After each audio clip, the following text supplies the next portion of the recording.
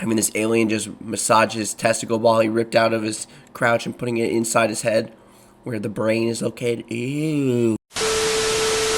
Reapers, what's good? It's your boy Laser. You guys another reaction content. So 2 livers now. 5 terrifying cases of alien abduction. Guys, these aliens in forest named by a duo. But abduction, beep up. You know reaction content. You want to scary feature? So hit the like button. You subscribe. Click on the notification bell icon. I'll stream daily on Twitch. I'll check my music. Sight boy. Let's stop straight in this video.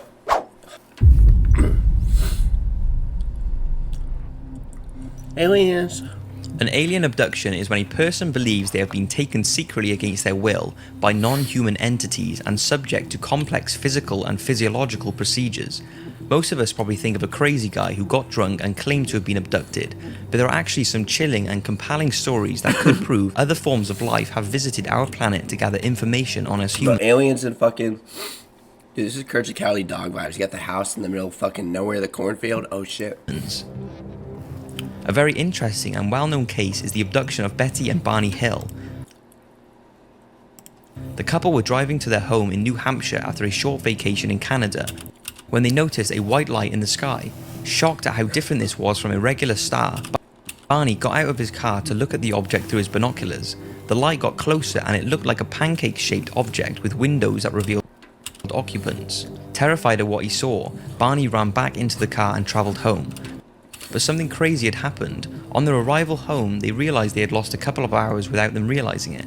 Not thinking too much into it, they went to bed, but in the nights that followed, Betty started having nightmares about aliens, and Barney was suffering from severe backache, which he never had before. It got to the point where they both needed help, so they visited a respected psychiatrist in Boston, Massachusetts.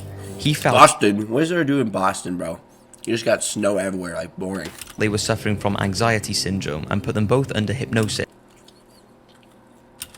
He was convinced that they were abducted by aliens. During the hypnosis sessions, both revealed separately that they were abducted by bald aliens about 5 feet tall with green skin and large heads. They said their skin, nail and... It's like, bro, we always think of aliens as like green fucking sack of shits. But we never see them as like just normal humans. Like, they always look like... We always stereotype them as the green monsters, but they could just look like us. Like, for example, I'm an alien. And hair samples were taken. Betty said they inserted a long needle into a navel, which they said was a pregnancy test, and Barney had to provide a semen specimen. One aspect of the investigation that cannot be explained to this day is that in 1963, Betty Hill drew a very detailed map of a star system that was only discovered later in 1969.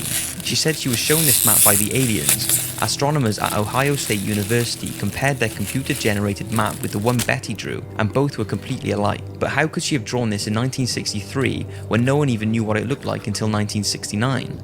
Some skeptics point out the inconsistencies of this story, including the aliens speaking to Betty in English while Barney said they used some sort of telepathy, but now, more than 40 years later, it has never been proved not to be a hoax. The policeman abduction. Philip Spencer was a policeman in London. He moved to 𝐈𝐭'𝐬 Moor after leaving his job, and while taking some photographs of the moor, he heard a humming sound and saw a small green creature around 4 feet tall. The creature moved away quickly, and when Spencer shouted, it turned and waved an arm dismissively, which is when Spencer said he took It was like, why are you always laughing, Laser? I don't know. this photograph. He was shocked and scared, but decided to follow it and saw a huge This might be silver the most real one I've seen so far. Like, all these alien sightings be looking fake as shit. This one actually looks real. saucer disappearing into the clouds. He realized the humming sound was from the saucer, and the creature he saw must have been an occupant. After this encounter, he realized that he'd lost more than 2 hours of his time and his compass was going haywire. Spencer started having weird dreams and severe... Look at this fucking green fungus monster. Ooh. Ooh, look at him. anxiety.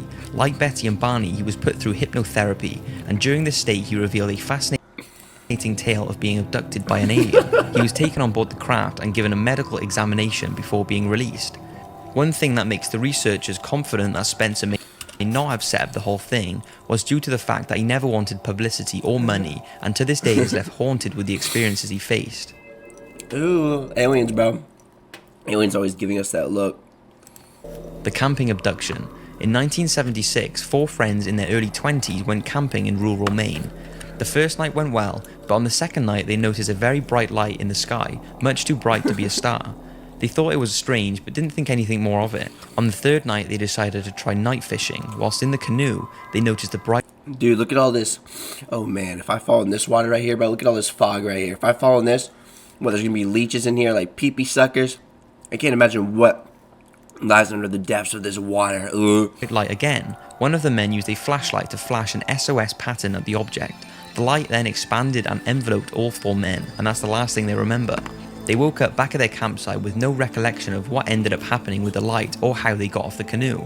The fire they'd stoked up before they'd left just minutes ago, intending it to still be burning when they returned, was completely burned down to embers. Confused and pretty scared, the 4 returned back to their normal lives, and the possibility of an alien abduction wasn't even on their minds. Jack Weiner, one of the 4, was the first to start having nightmares. In these dreams, he saw beings with long necks and large heads. He saw them examine his arms, while Jim, Chuck, and Charlie, the other 3, sat on a nearby bench, not able to intervene. The beings had large metallic glowing eyes with no lids, and their hands were Dude, I don't know insect-like. why I laugh a lot. Oh, man. Look at these aliens. Look at the fucking eyes. Ooh. You get the pear-shaped eyes. Oh, man. With 4 fingers. The other 3 men were experiencing very similar dreams, with short mental clips of that night on the lake. In 1988, 12 years after their camping trip, just out of curiosity, Jim Weiner attended a UFO conference hosted by Raymond Fowler, a renowned and highly reputable UFO investigator. Weiner met Fowler afterwards and revealed his strange encounter on the lake. Fowler suggested to Jim that he and the others undergo regressive hypnosis. After the... Someone should call... Well, I mean, I already put a caption in my description called Joker. People was like, why you laugh? I'm crazy.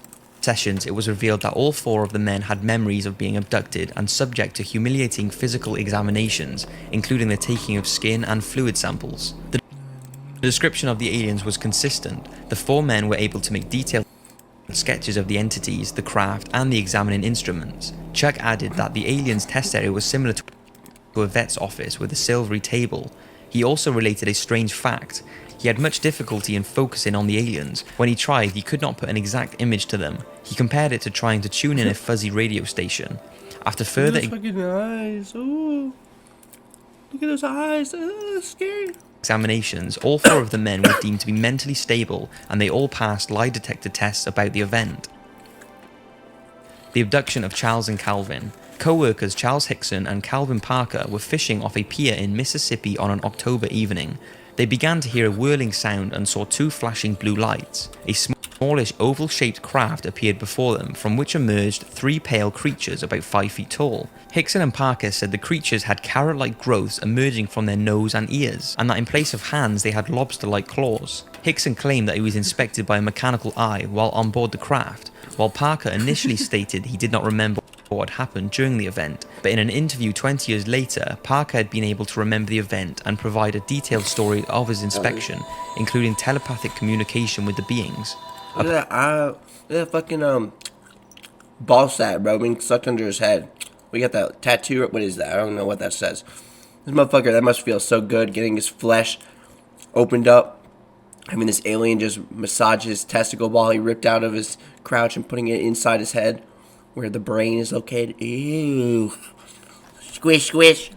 Upon reporting the incident to the police, Hickson and Parker were questioned. They were then left in a room alone with a hidden tape recorder, which police expected would reveal the incident to be a hoax. Instead, Hickson and Parker could be heard nervously discussing the event. At one point, Parker states, "I knew all along there were people from other worlds up there. I knew all along, but I never thought this would happen to me."